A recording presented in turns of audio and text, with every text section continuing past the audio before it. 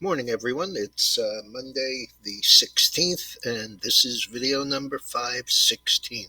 It's your pre-opening comment.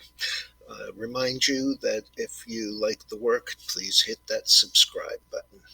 Okay, so the big news today is twofold. Here in the U.S., we have Moderna coming in with a 94.5% efficacy rate on their COVID-19 therapeutics vaccine. The stock is closed at 94 and a half. It's had a meteoric rise, and in just the last 3 weeks, it's gone from 66 to 105, almost 106. This morning, it's trading at 101, up 1160. I'll come back to the vaccine side in a few minutes. Asia and Europe are both up. Chinese retail sales, their biggest jump of the year. Japanese GDP up 5%. And so those markets are very strong and are adding to our futures. The news from Moderna has taken the cruise lines up, the airlines up, restaurants and hotels up, but we'll have to see what's going on there. Actually, American Airlines canceled most of their flights, are canceling most of their flights in and out of Heathrow from the East Coast, from North Carolina, from New York, from Florida, from Georgia. So there's that. Home Depot is buying HD Supply for $56 in cash. And Uber is selling their autonomous driving division.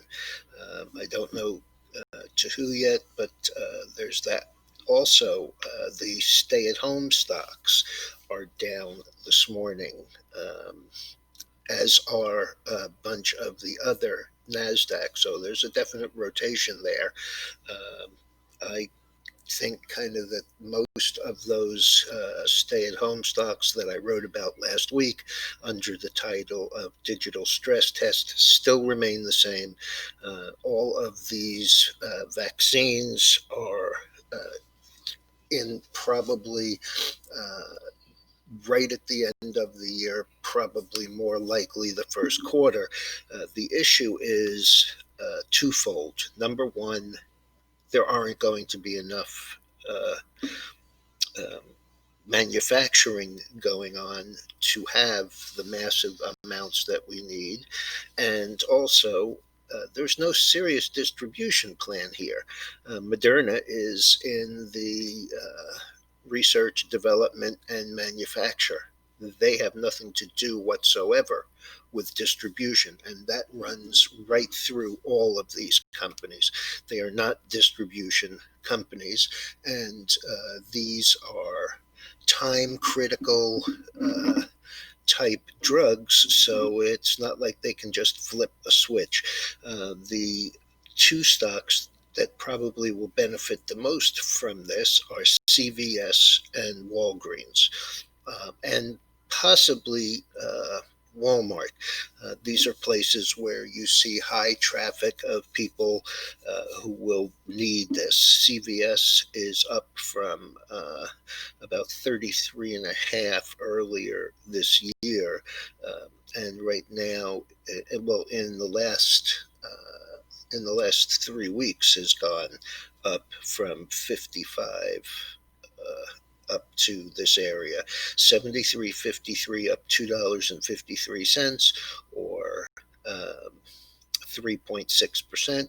Walgreens 43.75 up $1.04, 2.4%. So there's a lot of work still to be done. Also, a little name, ATHE, Alterly. Alterly is a tiny little biosciences company, and their stock was as low as 28 cents this year. uh, and it closed at $1.15 on Friday and has already traded up to $4.20. The last, however, is 273, but that's still up $1.58 or 136%. This is not a COVID stock. This actually is a company that deals in neurologic issues, for example, Parkinson's or Alzheimer's.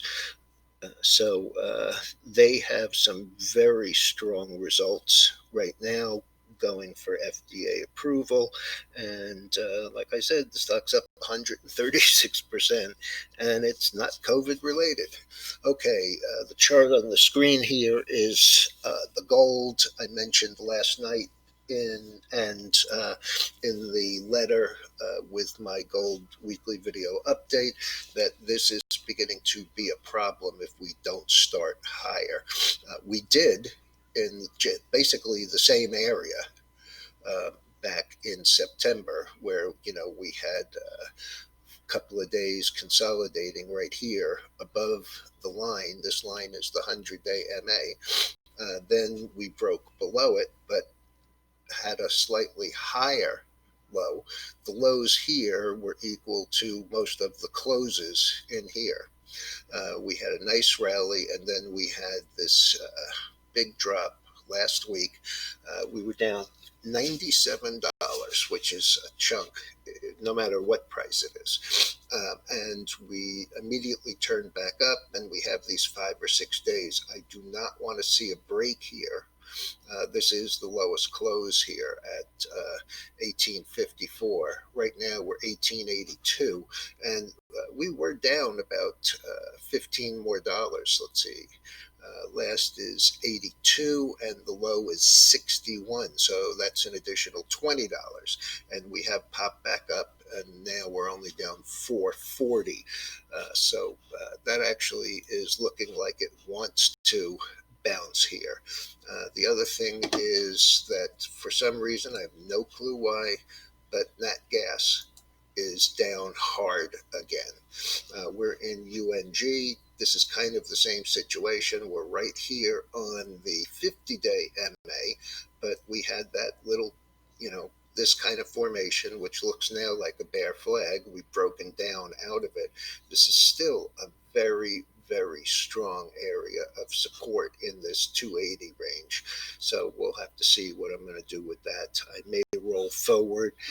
Hate to take a little loss on the ones that we have, but they expire on Friday. I'll give it a day or two to rally back up. And if not, I'm just going to have to close them out. There's very little equity left in them as it sits. All right, everyone. Have a good morning. Hope everyone had a good weekend, and I'll be back with the closing comment later, unless I find something that I like.